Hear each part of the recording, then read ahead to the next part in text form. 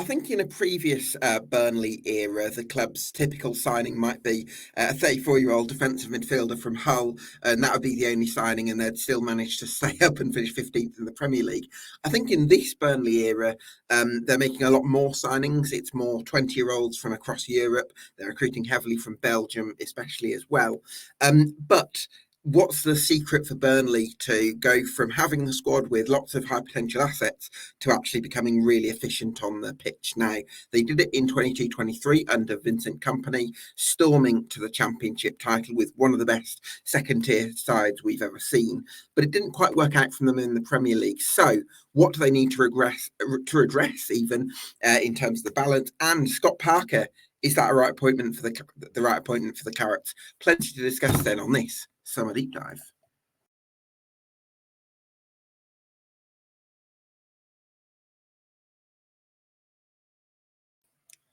Yes, welcome along to the latest Summer Deep Dive here on EFL Debate, one of 72. We're doing club by club across the EFL between mid-June and mid-July. Already the full set for League Two uploaded to YouTube and Spotify, as well as League One and most for the Championship, actually. But so get yourself subscribed. But for now, I'm delighted to be joined by Natalie Bromley from the excellent No Nay Never. Natalie, good evening it is now. Thanks for joining me. Really appreciate your time. Where do you feel Burnley are at as a club right now after relegation from the Premier League last season? I think there's a bit of a dampener on things. I think that's probably fair to say. I felt a couple of years ago, the end of the Sean Dyche era had signalled a new change of direction for Burnley. We had a new ownership in place. We put a new manager in place. The style of football was completely overhauled. The style of recruitment had completely changed. The landscape of the player and the backroom staff was all completely different. And we went into the last championship campaign beforehand, not knowing really what to expect. And that opening fixture away at Hull in the championship title winning season was a shock to everybody. Oh, Huddersfield. It was Huddersfield, sorry, not Hull. Yeah, sorry. Gosh, it's been a while. It was as much of a shock to us as it was to everybody. Actually, a quick pause there. Did you see that crazy stat from last season that something like the last 4 seasons, whoever Huddersfield have played in the opening fixture have gone on to win the league? Oh, wow. Yeah, listen, I saw this. I haven't fact checked that, by the way. So before anybody comes in and goes, hang on a minute. I'm sure I saw something. Norwich in 2021. Can't remember if Fulham played them in 21-22.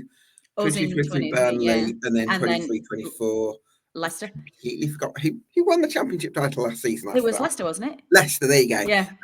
No, they played Coventry, I think, in the opening game. Maybe it's not true then. Well, either way, or maybe in the first away, it was something. Let's have a look at that. Anyway, sorry, I digress. I'd like to bring a little bit of added value here, not just Burnley. Oh, yeah, no, it is. So we started that season, and it was very much an excitement. It took us all by surprise. We'd never seen Kompany ball before, and that season was incredible. And we went into the Premier League campaign genuinely feeling like we could start pushing on now as a modern club that was relevant for football in 2023 and make a claim not just to survive in the Premier League and stink the place out for a little bit, but actually to legitimately earn our right to be there. And last season was just awful in every single department. And the end of it with Vincent Kompany literally running away at his first available opportunity and running off to PSG, was Bayern. Sorry, my God, my head's not working today. Bayern today. We've just signed somebody who was on PSV, so I'm trying to keep one eye on transfers, and my brain went from to Bayern was really, really like business. So I feel like last season hurt, and it put a dampener on what I think the fans and the club felt in terms of progress.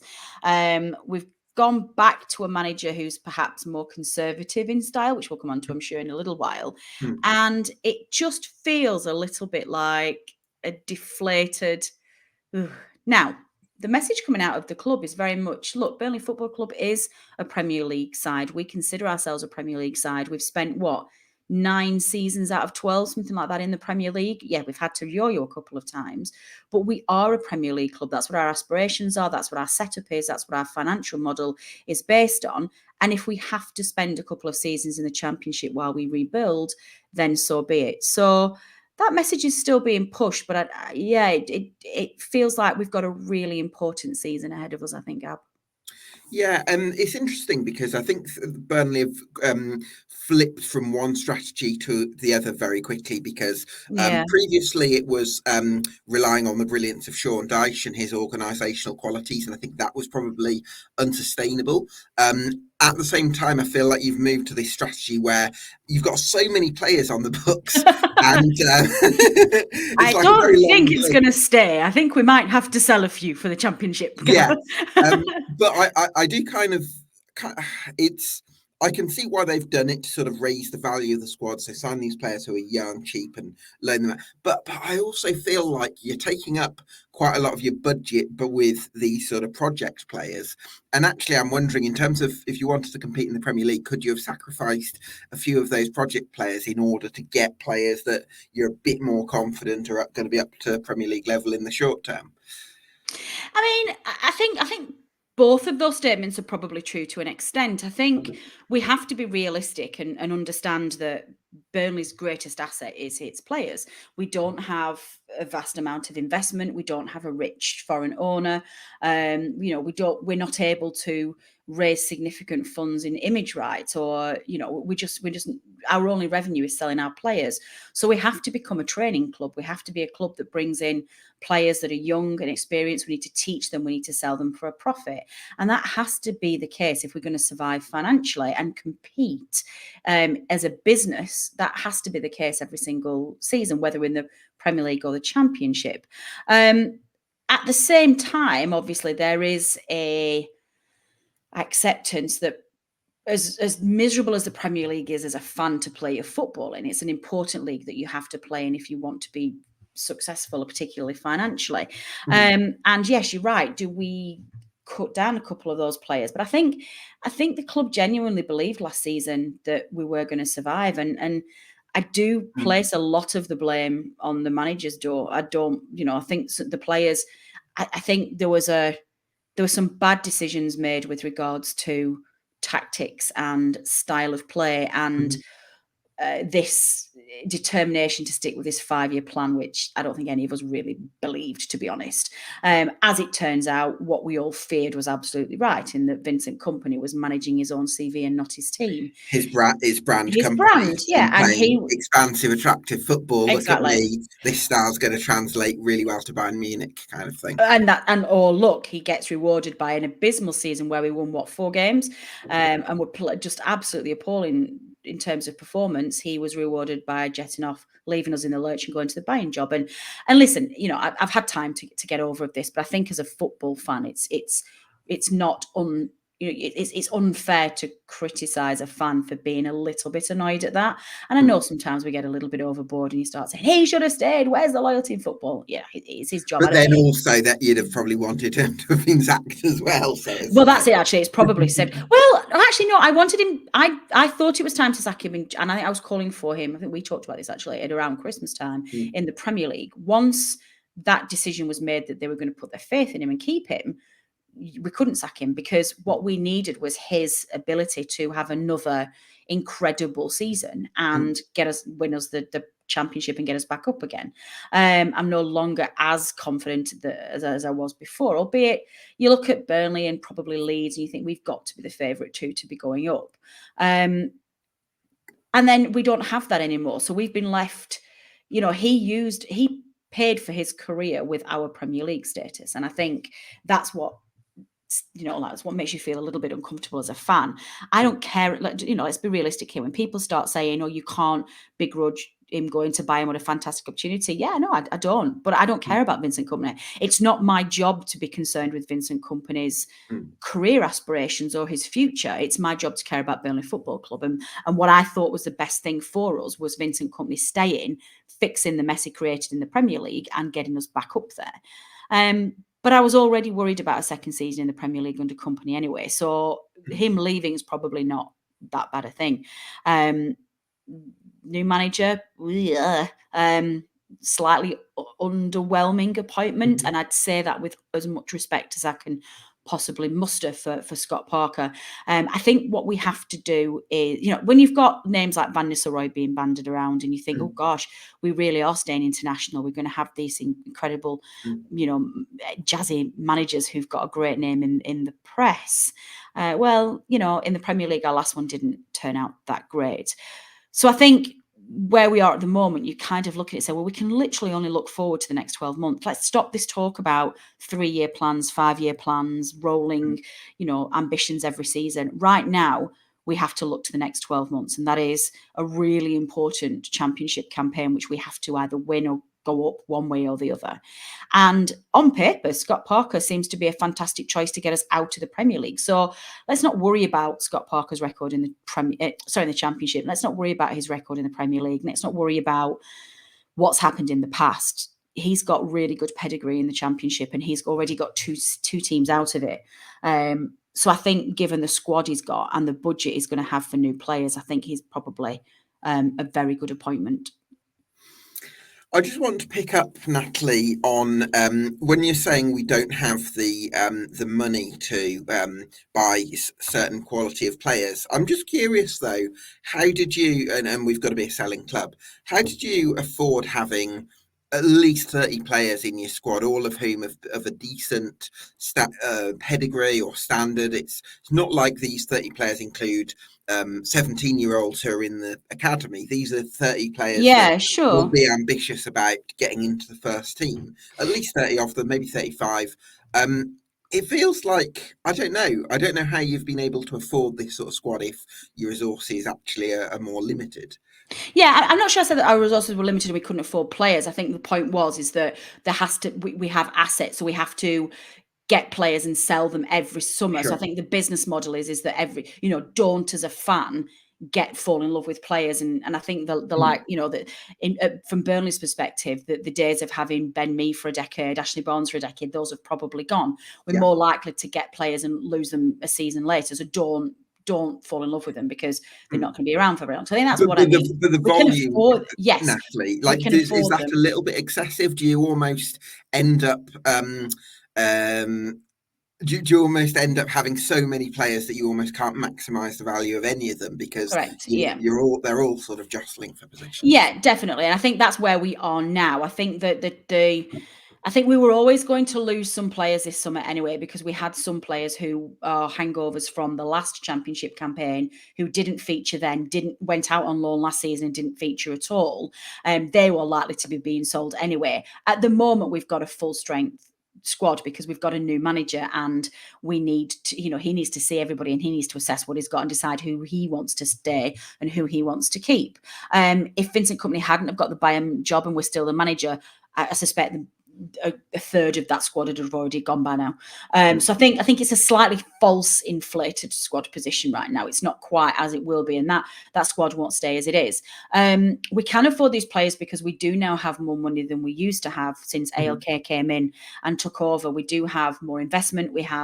We're just a bit more commercially savvy. We are making money in other ventures off the pitch. I think one thing our board has done is they're really concentrating on our brand, and they're taking advantage of the American market's love affair with English football. The American market doesn't care about MLS. It doesn't care about their own football. When they want football, they want our football. Welcome to Wrexham opened that. Well, the EFL has just, I don't know if you saw, Natalie, the EFL has just released TV rights, a deal with Paramount and that's amazing. That's incredible. That's what that's what EFL fans have wanted for a long time, to just redress that imbalance between the powerful Premier League. As a quick side, I don't think the current model of the Premier League can be sustainable for very much longer.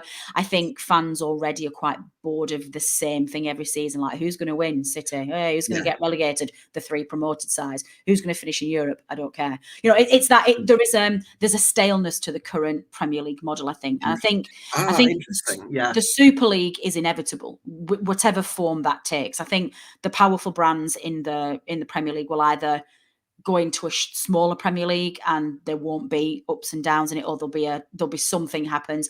I think the Saudi money and that kind, that kind of investment will be channeled into the Premier League, and the Asian markets will look at that. And then I think the rest of the pyramid, the American money will go a long way to Do you know what? helping that. That's such an interesting point, Natalie, because I want to sort of indulge in this kind of side topic, if you like, because I love what I love about the EFL was Doncaster Rovers last season were 20th at the start of March, and they ended up getting into the playoffs. Yeah, it's amazing. You know what I mean? It's like it's those sorts of stories that I think can really take a grip on people, because I think one part of football is the objective quality of the players, but also another part of it is the sense of unpredictability. What's going to happen? I think that's just as valid, and I think if the Premier League isn't really producing that, then absolutely hasn't for a long time. No. And if you look back, see how long it has been since Leicester won the title. That's been a good number of years now. And that was at the time a shock. So just think about how long this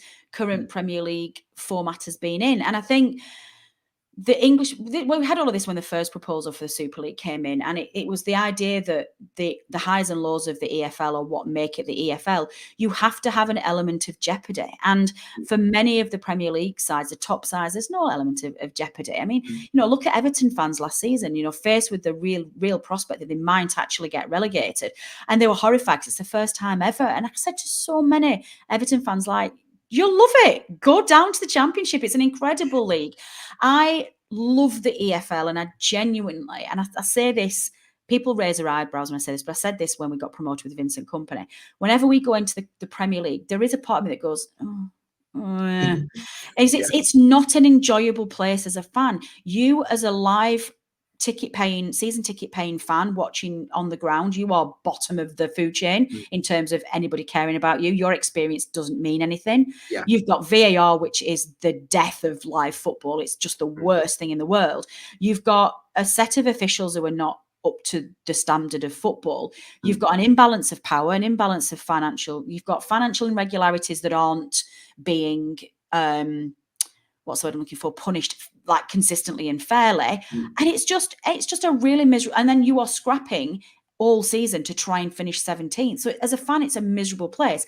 However, that's the heart in you. That's the football fan. That's the fan in you. The supporter obviously recognises the importance of playing in the Premier League financially, and from your brand image and from your ability to attract. You want to be successful. You're a professional athlete, of course you do. But the Championship, the EFL, is incredible. You've got that sense of jeopardy. I'm going into next season thinking, well, first and foremost, how brilliant that we're going to be able to win again, and we should be favourites. We should hopefully lift a trophy. We might have a decent cup run, but actually we might not. We might end up like not even in the playoffs, and then you suddenly, and it's that element, it just keeps you on your toes. It gets that spark going for the love of the game, Gab. And I think that's why the American market love it, because they're used to franchises for their sport. It's fair. Everybody gets a turn for a while, and then it's somebody else's turn. The cutthroat reality of the English football leagues, when they go, what, you can just get relegated? What? I think that's why they love it. So great news for the EFL, the television deal. And I do genuinely think that's where we will go. I think the American market and other money will be injected into the football league, and it'd be great. I think introducing Americans to the prospect of relegation is a bit like introducing a baby to the concept of the ocean. It's like, oh, it's right. It's incredible. Yeah, absolutely. So where was I? One thing I wanted to ask Natalie was, you've mentioned about ALK and them having this project, if you like, to develop a lot of these players. And normally the sort of common thread of logic would be that you would go for a coach who specialises in development. And yet Scott Parker, I think Scott Parker's probably a CV manager, in that his biggest appeal is that he's won promotion with Fulham and Bournemouth. Not particularly attractive in terms of style, not particularly impressive in terms of development, although he might argue that he developed the likes of Zamora and Jayden Anthony at Bournemouth, I suppose, but not a specialist in either style or development. So is there a slight contradiction where the club have actually kind of compromised what they want to try and do in order to get someone who can say, yes, I've won 2 promotions with recently relegated clubs?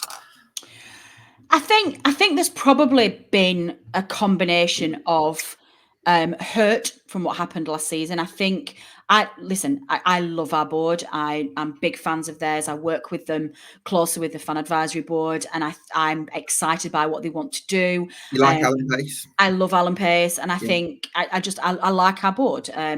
Not everybody does, but not every football club has people who don't like it. What do you think that other fans are maybe missing when it comes to the board? I don't know if they're missing things. I think there's a general nervousness around Burnley about having foreign ownership. There's definitely a problem with the gearing, putting debt on the club to buy it. They don't like the financial structure. But I guess you had who is it? Was it called Kilby, who was owner for ages? No, we had Barry Kilby, and then we had Mike Garlick after there. I mean, Mike Garlick, yeah.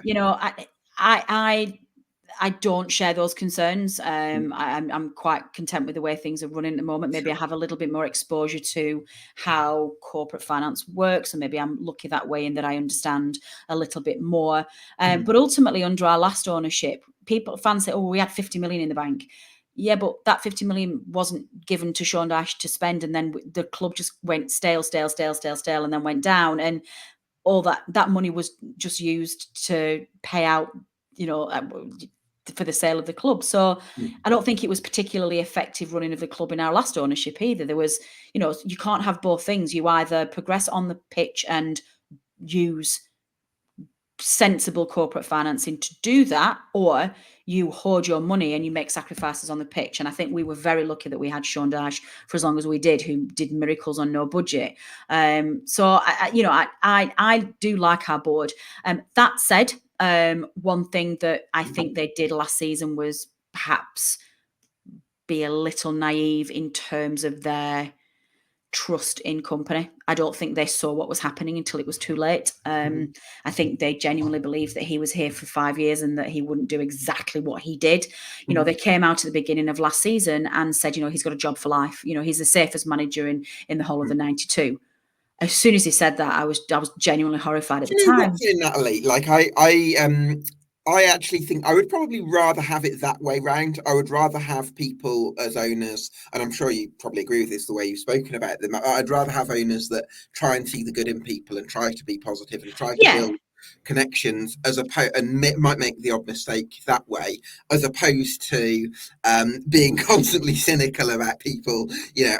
So I kind of think that's probably the better end of the deal, even if I don't disagree, and that's certainly something how I want to live my life. I think my point with that is that there has to be a balance. So yes, they have to put their faith in him, and they have to say, but to come out and say he's the safest, or even say to him, no matter what happens, you can get 0 points this season and you're not getting sacked. Well, where's the sense of jeopardy for Vincent Kompany? Where is the concern that he will lose it? Where's the incentive for him to make the difficult decisions that he has to make for the good of the club? What that message may have enabled him to do was spend all season saying, well, I can just carry on playing this style of football that suits me because I'm not going to get sacked. And oh, look, I get the Bayern job at the back of it. So I think there is a balance to be had between maintaining that relationship with our managers. We don't want to be a club that sacks their managers all the time. I think there has to be a balance between giving them the space and the freedom to manage a project without fear that they're going to get sacked straight away. We don't want to be like the old Watford again, for as an example. We just don't want to be like that. But at the same time, do instill a sense of responsibility in the manager. Say, well, look, your job is to make the best decisions for our survival and not your own decisions for you as an individual, because that is the job. The job is the team, not, we're not just going to be a vehicle. I think last season was probably a very unique set of circumstances. So I think Scott, which is where we started this conversation, Gab, I think the appointment of Scott Parker is probably a recognition of both. It's a recognition of commitment to trying better on the pitch. So playing a little bit more conservatively. We're not going back to the Dyche days. We're kind of in the middle, but just having a manager who is more results focused rather than performance focused. And we've had this feedback from a lot of Bournemouth and Fulham fans saying that you might end up with some ugly 1-0 wins, but if that's what it takes, he'll get that job done. And I think, particularly after last season, that's probably what's needed. Squad then, Natalie. This is when we order pizzas. We all get our sleeping bags and we settle down for the night because this is going to take a while. This is going to take a while. Yeah, we've got a big squad. I get it. Absolutely, yeah. You don't need sleep before work, do you? No. Let's go through. So goalkeeping situation. Now, I love Lawrence Vigouroux. I think he was outstanding for Leyton Orient. Lovely guy as well. I've met him as well. So I'm hoping that he has a shot this season of challenging James Trafford. Now I've heard that James Trafford will not be at Burnley at the start of the season, by the way. Right, okay. Yeah, let's get that out of the way now. We've lost Arlo Muric, which has broken my heart this week because that guy is absolute pure Hollywood. He was such an important player in our success in the Championship. He should have been given. That was mistake number one that Kompany made last season. He should never have been outed for Trafford. He should have been able to. He was the reigning champion. Yeah. He should have been able. He should have been jumping up 2 leagues as well. Don't even get Gabs. Do not get me started on the Trafford situation from last season. Like from League One to the Premier League. Yeah. I'm going to get you started on the Trafford against City opening game. Like what? So he literally stopped in League. In League One he stopped for the summer, and then his next competitive game was against City, reigning champions in the Premier League. I mean, in what planet was that sensible? And then even after 5 games, and it was blatantly obvious that the guy was massively out of his depth, Kompany refused to change him. And even if we say, well, okay, listen, if in the summer Kompany decided that he might have loved Muric, but he wasn't good enough for the Premier League, and he thought, I need to get somebody who's a bit better. That's the manager. That's the job we give him. We put our trust in him to make those decisions. It was so obvious after 5 games, and put Muric back in then and say, okay, I'm going to give you 5 games. Let's see which one of you's. But a big part of our relegation last season was keeping Trafford in for as long as we did. And the goalkeeping stuff creates a certain nervousness around. It was awful. It was awful. So James Trafford will not stay with us. It's just not a good fit. He's not bonded. Listen, he's had a rough time with us. Some. It's been unfortunate. He's been, and all of us have criticised him. And I think a lot of the frustration. It's not fair on him, really. No, it isn't. And we all had to sort of check ourselves a little bit at one point and go, you know what, we've been a little bit mean to this guy. It's not his fault. He's doing the job he's been asked to do. But I think some of our frustrations with Kompany were being projected onto Trafford. So I think we all checked ourselves a little bit last season. Went, you know what, let's stop this. Like, just get whoever the keeper is, let's get behind them. But he's just not a good fit for the club, and I just don't think he's right yet. So he will go. I think he's going to Newcastle. So he will be gone before the start of the season. I'm absolutely sure of it. So Vigouroux, whether he makes a claim to be number 1 or whether we go into the goalkeeper market, I don't know. I'm sure he'll bring in another goalkeeper for sure, but I think as a number 2, I think Vigouroux can be competitive personally. Yeah. We've not seen him at all, so I'm genuinely excited to see what he can offer. But yeah, the goalkeeping situation, I genuinely don't even know how that's going to play out. There's some rumours that the Ipswich goalkeeper who was released in the summer possibly. Václav Hladký. Is that who it is? Because obviously Muric has gone to town, so I think he's maybe looking at coming and filling that void. So who knows? I don't know. To be determined, the goalkeeper situation. That's an easy one. There we go. Right back then, 3 very interesting options there. A little bit of I mean, it's a lot, isn't it? Because you've got Vitinho, who I think played 15 games there in the Premier League last season. You've got Connor Roberts. Who's always such a reliable right back at this level. And you've got Sharandi Sambo, who I think signed from, was it PSV? It was PSV. Yeah, he's one. Yeah, that's right. That's what I was reading when I said that Vincent Kompany gone to PSV. I didn't mean PSV. Who said women can multitask? We cannot. Policy. At least you're honest. And then you've got Sharandi Sambo, who looks like a really. He looks good. Yeah. So, I mean, three really exciting options there. I don't know whether you can really. Feels like a bit of a luxury, doesn't it, having 3 players like that at right back? Yeah. I fully expect. Well, he'll either. Vitinho does also play in midfield. I'm not particularly keen on him being there, but I think versatile. He's very versatile. So whether or not he puts Vitinho more as a more forward player as cover, and Connor Roberts and Sambo become the 2 number 1 and number 2 choice. I don't really know what's going to happen with Connor Roberts. It's an interesting one. I think if Kompany was still here, he'd have gone by now. He massively fell out with Kompany, as reported a lot of our players did. Jay Rodriguez and JBG signing on as soon as Kompany left. They've gone. There was the Athletic were reporting serious disharmony in the dressing room over his managerial style, and have warned Bayern fans that he's not a man manager, which doesn't surprise me at all. So I don't know which way it's going to go. I think I don't think Sambo's been brought in to play as a number 2, and Connor Roberts is getting a little bit older now, so I wouldn't be surprised if we see Sambo at number 1 and Connor Roberts at number 2, and Vitinho just is a utility player that plays wherever is needed or plays for cover. Well, really excited to see how Sambo gets on to bring a bit of that flair. Centre backs, I mean, goodness, how many centre backs you got?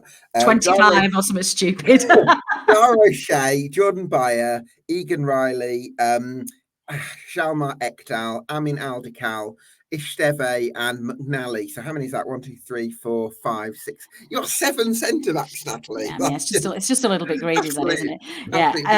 Yeah, exactly. I think Egan Riley will go. McNally will probably go. And I think we'll keep the rest. Now, it's quite competitive, actually, as our centre-half situation. I think, like, Dara O'Shea was ended up being a real stalwart last season in the Premier League, but had some challenges in the Premier League. I think he's probably one of those players that's an exceptional Championship player, but that was just too far a step up. So I am genuinely intrigued to see how he plays in the Championship. He's got obviously good Championship pedigree. Jordan Bayer is an amazing centre half. He was really unlucky with injuries last season. If I had my choice, I think Jordan Bayer and probably Esteve are my number 1 choice of there. Alderkeel's still quite young. He ended up not featuring at all last season, just because he fell out of favour with the manager. And that was just too big a step up. But he looked all right. So I think he will probably stay at the club, but he'll remain as a bit of a squad player. And then I think the question will then be, is it Dara O'Shea? What do you do with Ekdal and Dara O'Shea? Because you've pretty much got 4 there who would all be stating claims. I suspect we'll probably sell one of them, if not, with Egan Riley and who was the other one I said I was going to go, and McNally going. I think one of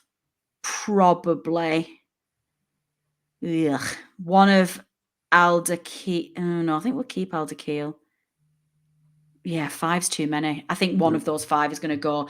Maybe Esteve, actually. Yeah. If Esteve wants to go, he's only been with us for 12 months. He has made his loan deal permanent, but I understand that was because it was triggered because of the number of games he's played. And I think out of those centre-halves, he's probably the one where we've got more chance of selling to another European club for a decent profit. So I wouldn't be surprised if we end up keeping O'Shea, Bayer, Alderkeel, and Ekdal. O'Shea's been linked with Celtic, though. So whether that comes into thinking. I mean, he seems pretty settled, does O'Shea? And he did get game time. I think he'll only go if the manager says to him, you're not going to be my first choice, you're going to be like choice number 4. Do you want to look for something else? Because he played for most of last season once Jordan Bayer got injured. So, if he thinks he can genuinely push for a starting lineup, and him and Esteve played together very, consistently. I don't know. We definitely need to lose one of those, but I wouldn't be surprised if we keep 4. I remember saying to you, Natalie, last summer that you needed a Premier League proven centre half to go in there, and you're saying no, we're okay with what we've got, and then I lied. Yeah, that's not one of my finer moments. I was kind of hoping you were going to bring that up. But listen, mistakes have been made, decisions have been wrong all across the board, Gab. Who thought? Yeah, it was very apparent very quickly. It's quite interesting, really, because in our old regime, when we used to have the Holy Trinity of Nick Pope, James Tarkowski, and Ben Mee as our 3, the spine of our defence, and at the time we were like, oh, they're a bit boring, they're unfashionable, and blah blah blah. What I would give to have those 3 back. Like, you look at it and go, I'll do anything. Anything. I'll sell a kidney or whatever. But yeah, it's interesting, isn't it? How you, your perception as a fan changes. Yeah, through context. So left back, you've got Hannes Del Croft, who I think can also play at centre half, yes, you can. which will come in handy.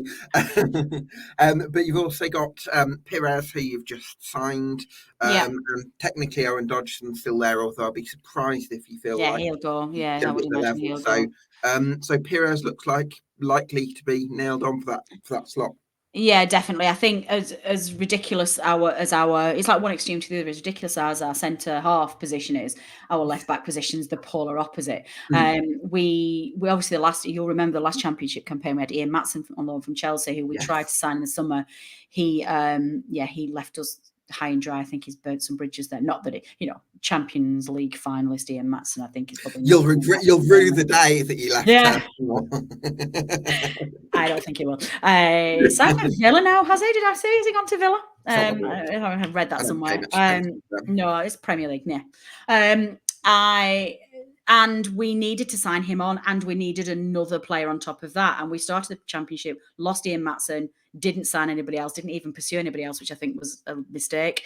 And then another mistake, manager mistake that Kompany made. He asked Charlie Taylor to cover, but then came out and said, we will rectify the left back problem in January.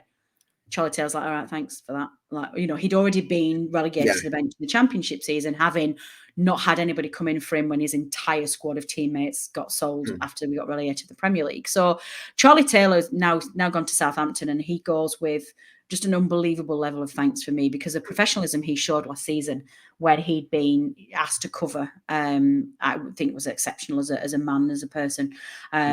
So we are left now. Obviously, we have signed Lucas Pires, but I don't know anything about him, but we don't have any cover in that position. So I do expect us to sign at least one more left back, unless any of our 400 million centre halves can play on left back, in which case, move along the bus.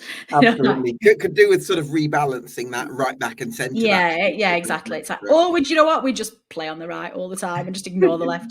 Do what England did in the Euros, just ignore the left. Just play absolutely. On the right. So central midfield. Do you think you're going to keep hold of Josh Cullen this summer? Yes. Great. Yes, okay. I think Cullen and Brownhill will keep. I think the obvious one we're going to lose is Sander Berge. There's no way he stays. Sander, because it's interesting with Sander Berge, because at Sheffield United, the point of view was that he was actually wildly inconsistent, where he was probably their best player on his day, but also like fluctuated from one game to the next. So I mean, would you say he was your best player in the Premier League? Or he was our player of the season? Unanimous vote. Every single supporters club and the fans generally all voted for him the player of the season. Like not even close. There was nobody else that came anywhere close. Unbelievable. I'm actually a bit surprised by that. Okay, he was amazing last season. He is far too good for the championship now. Now, whether or not he needed a couple of seasons and he needed a season in the Premier League to find that, but I wouldn't put him in the championship, even in one of the top two sides who should be competing for the title. I would 30 million for him or something like that. Something like that. And I think there is another question mark there. It's like, well, actually, when you've got Josh Cullen, you've got Brownhill, I think we probably need a couple more central midfield. Hang on, I've moved my I mean, well, I've got it in front of me. So you've got central midfield, Brownhill and Cullen, who we've talked about. You've got Samuel Bastian, who he'll go. Yeah, he'll go. Oh, yeah, he'll go. Right, go. Yeah. But you've got Hanno Masenge there as well. He's still injured. I think he's not played anything for us yet, and he's still quite young. So I'm not sure he's going to be competing for a first place. Maybe this will be his breakthrough season. Maybe, but he's not. I don't think he's ready yet. I think Gudmundsson will probably play more of a central role now. Now he's older. I don't think he's necessarily got the legs and the speed anymore to play on the wing. So I actually expect Gudmundsson to feature as a central midfielder now. Maybe play in front of the two. Natalie, I would have thought that if Gudmundsson's not really got the legs, you kind of take away a lot from his game. Because I mean, when I think of Gudmundsson, I think of his industry getting up and down the pitch. I don't necessarily think of him as being a sublime technical. Yeah, I mean, maybe that's harsh. I guess it's more. The wingers do, generally speaking, need to be a little bit quicker than the central midfielder. So he's still that's what I mean by he'll probably move more into the middle. He probably still has the speed and the legs to be able to play a more central role where he can play a more higher press, and he doesn't necessarily need to cover as much ground. I don't know. I just see his future being much more in the centre this next year rather than.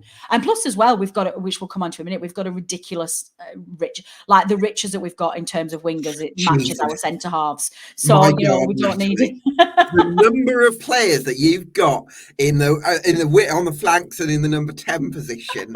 I mean, it's ridiculous. It's like 4 players per position. It's like, do you know what? How many teams do you want us to field this week? Can we? No, let's just play. We'll enter 2 teams in the league this season. We'll come first and second. Why not? Oh my God! Yeah. It's I've never known anything like it at Burnley. It's ridiculous. Jesus Christ! I mean, I suppose the obvious ones are Manuel Benson and Anas Sarari. I love them. Yeah, who really so disappointed last year that they weren't, and I think they weren't even given mistake number 650 from Kompany. He decided very quickly that they weren't Premier League standard without really giving them an opportunity. Which is madness. James Trafford's Premier League standard after playing in League One, but you don't think that Anas Sarari and Manuel Benson are Premier League. Nonsense. It's a nonsense. I'm over that guy. I'm still a little bit bitter. So, but yeah, so Zarori and Benson, obviously you've got them, and they would be. I mean, I think seeing Zarori and Benson back on the pitch and tearing up the Championship, I think would go a long way to try and repair some distance that there's got between squad and fan base. We all felt a bit of a disconnect last season, I think, between the manager and the players. Some of that was because we weren't used to this idea of a rolling turnaround of players. We never even sang. We didn't have songs for most of our players. That's a ridiculous benchmark to add. But your terrace chants and chanting your players' names is a big part of the fun and getting the atmosphere going. And most of the squad don't even have songs, which is, I mean, we haven't got 950 songs for each of the players. But, even if you take into account some repetition of the old classics, we still don't have that same level of commitment. So yeah, I think Zarori and Benson to see them again in the Championship, I think would just like everyone's like, yes, they're back. However, I mean, that is interesting, actually, Natalie. Just to expand on that point, you've still got Zarori and Benson, and you've got Brian Hill and Cullen. So, in terms of, I guess picking up from where you left off, if you like, that's actually not a bad. And maybe Connor Roberts, and we've also got Jordan Bayer. And you know what I mean? It's like we still have Jay's still up front, JBT's there. Yeah. Of the title winning side. So that's it's not bad. That said, as much as I love Benson and Zaruri, we now also have Luca Koleosho and Wilson Odobert, who are just insane. Like, you think Benny and Zaruri are good. Those two are ridiculous. Oh, really? Yeah. Now, I suspect that we probably can't keep both of them. Oh God, there's Scott Twine. I keep forgetting about him as well. Yeah. And Aaron Ramsey. Oh my God, I've forgotten about him. Yeah. Actually, do you know what? Some of these are actually classed as forwards as well, aren't they? Oh God, Wout Weghorst, I've forgotten about that him as well. So I think you've got a situation where I don't think we can keep Koleosho and Wilson Odobert. I think one of them has to go. I think it's blatantly, unless you sell one of Zarori and Benson, in which case you can keep both of them. Koleosho didn't start that often last season. Was he injured or something? Who didn't? Sorry. Koleosho didn't start. I can't remember. Koleosho.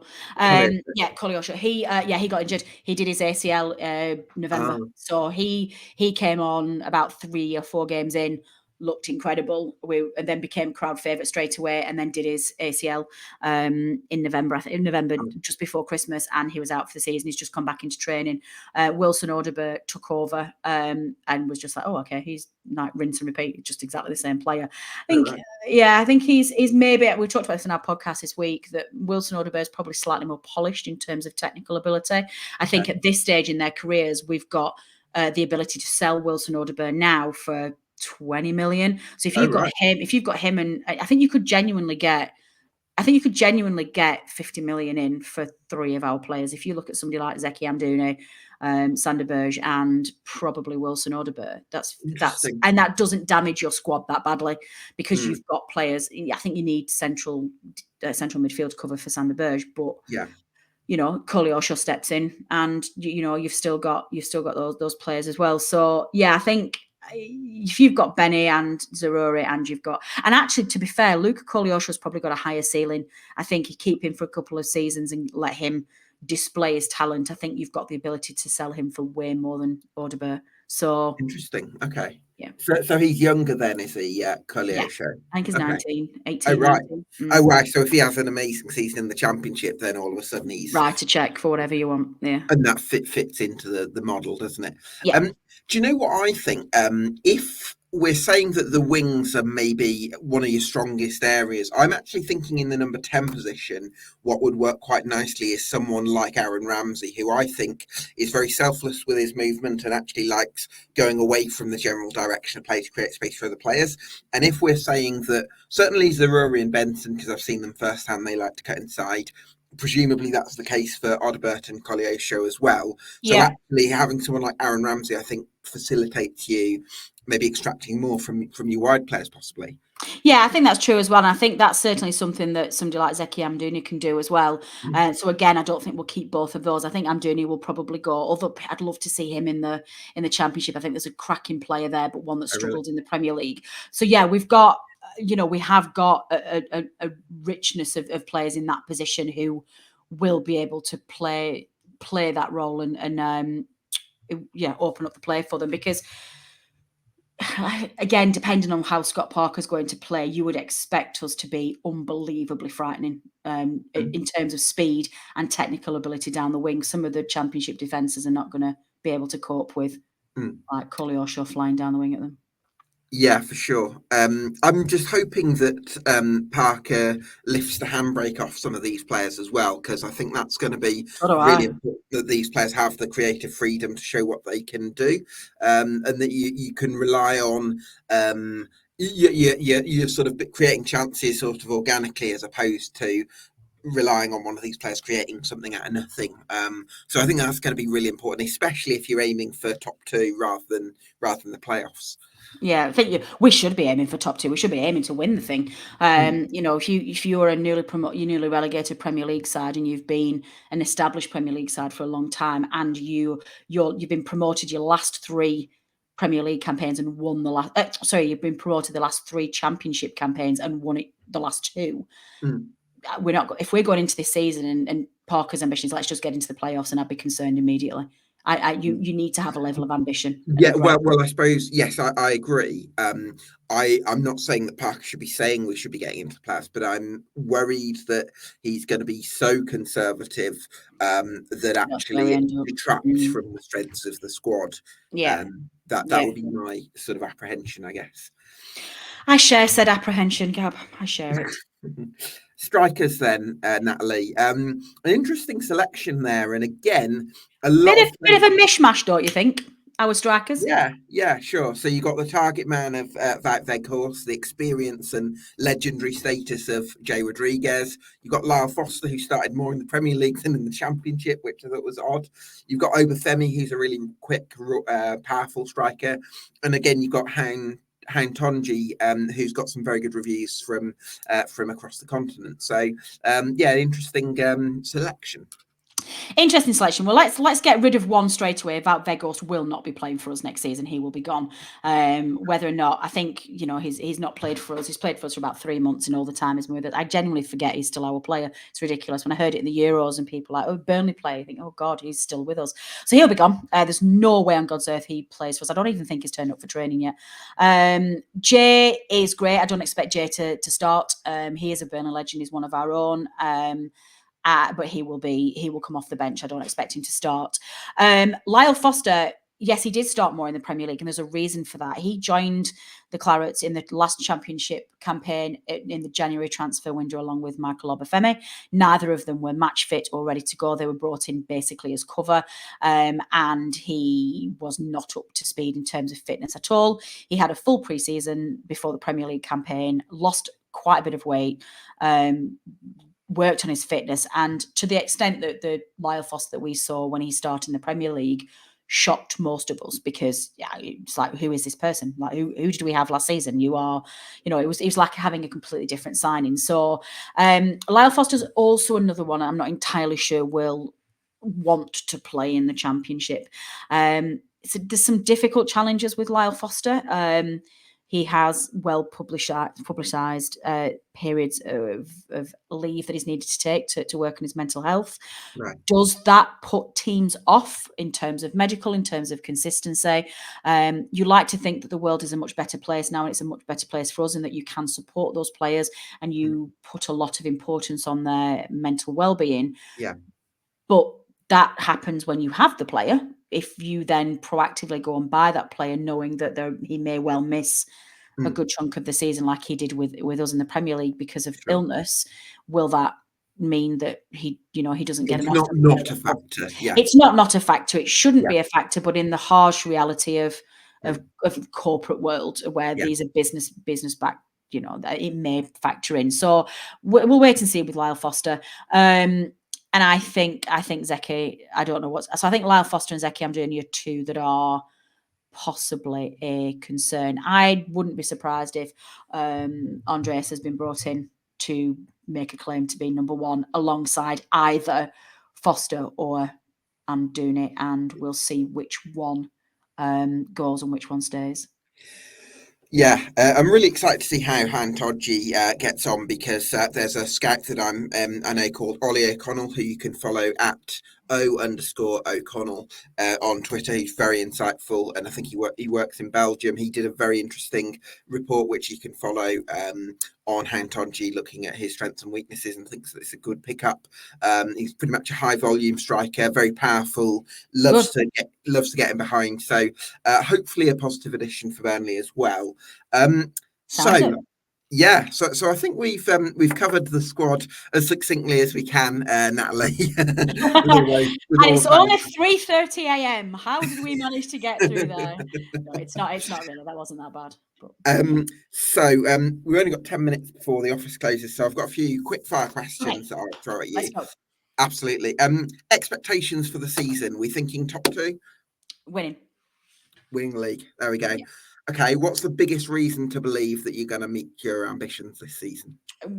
Too strong. We're too strong for the Championship. We're not good enough for the Premier League, but we could have survived last season other than managerial mistakes, particularly with all the points deductions and the shenanigans that were going on in the Premier League. It was a wasted opportunity. That squad and our financial clout in terms of signings, we were too strong for most of the Championship.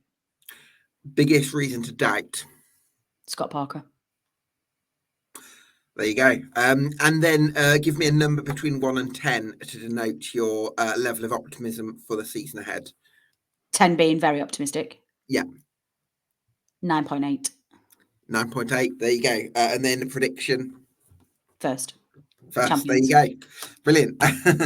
Natalie. Look at that. Efficiency, Gab. I like it. Absolutely. I like it. Yeah. Thanks a lot. Natalie, thanks so much for your insight. My pleasure. This evening. Really appreciate your time. Everyone go check out the No Nay Never website and podcast as well. Also, you can also subscribe to EFL Debate on YouTube and on Spotify, and we'll see you again here for another Summer Deep Dive very soon.